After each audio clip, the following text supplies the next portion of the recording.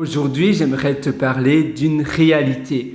C'est le temps, c'est la vie. En réalité, on a tous 800 heures, 800 000 heures, pardon, 800 000 heures de vie dans une vie. Donc, on a tous un baromètre de 800 000 heures. Et certainement, à l'heure où tu m'écoutes, on a entre guillemets plus que 400 000 heures restantes à vivre. Eh bien, c'est un peu triste et c'est pour cela que je voulais te faire cette vidéo parce que non, ce n'est pas du tout triste, c'est simplement la manière dont tu utilises ta vie et parfois on voudrait faire des choses et on remet toujours à plus tard et c'est ça qui est triste. Il ne faut jamais remettre à plus tard ce que l'on veut faire aujourd'hui. D'ailleurs, je le dis dans mon article ici pierrewriter.com, j'ai écrit un article ce midi durant mon heure de midi sur la vie et comment la vie est limitée. Je t'encourage à le lire et dans cet article, eh bien, je te partage premièrement qu'on a tous 24 heures dans une journée et on partage tous cette même notion de journée et d'unité. On a tous 24 heures dans une journée, mais on l'optimise de manière différente.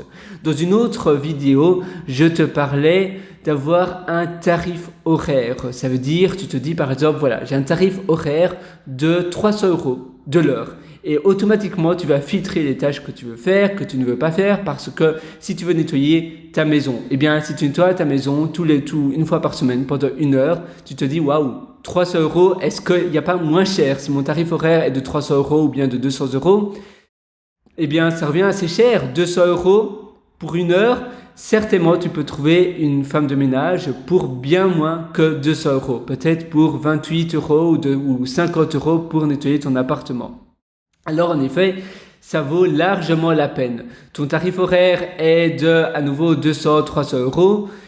Cuisiner pendant 1 heure et tu n'aimes pas ça, eh bien tu sais facilement trouver quelqu'un ou bien aller au restaurant pour moins de 200 € pour 1 heure ou moins de 100 € la demi-heure. Par contre, si tu adores quelque chose ou bien tu trouves et que tu sais que toi tu as une valeur, eh bien est extrêmement supérieur de ce que tu fais et que les personnes que tu veux embaucher éventuellement ou bien déléguer ou automatiser, ça vaudra soit plus cher ou bien ça sera fait bien de qualité bien moindre, alors c'est à toi à le faire. Et c'est une notion assez pratique, mais sinon, au-delà de bien optimiser son temps, c'est surtout de savoir où notre temps va. On parlait justement de nettoyer sa maison, eh bien, même sécher par exemple, sécher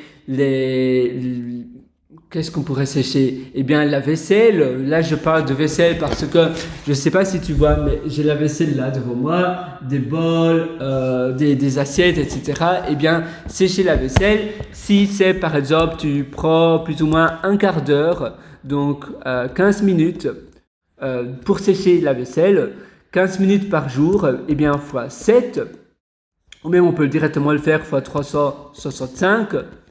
Donc le nombre de jours dans une année, ça représente 5475 minutes.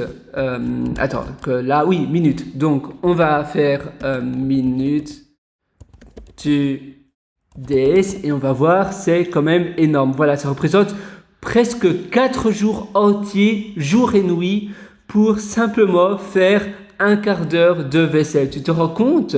Et c'est pour cela que c'est très important de vérifier, de voir où notre temps va. Je parle également que, bien évidemment, ça c'est un autre article, je ne sais pas comment ça se fait, voilà, ça c'est l'article initial.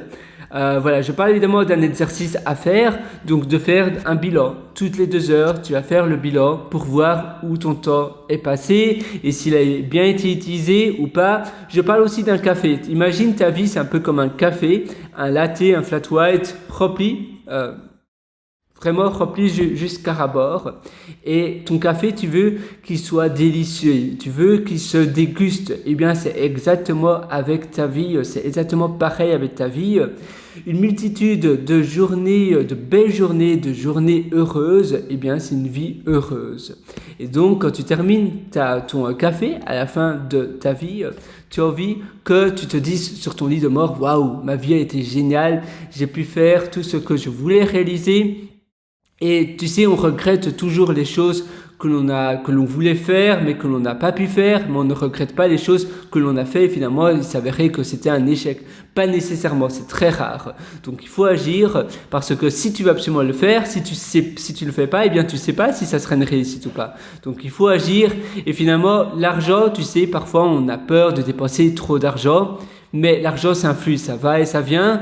Parfois, on se dit, waouh, j'ai dépensé 50 euros. On se dit, waouh, dépenser 50 euros pour déléguer cela ou une tâche. Mais par contre, on dépense bien 50 euros dans un restaurant. Ou bien on dépense, par exemple, 50 euros parfois pour aller en famille dans un McDo, dans un McDonald's.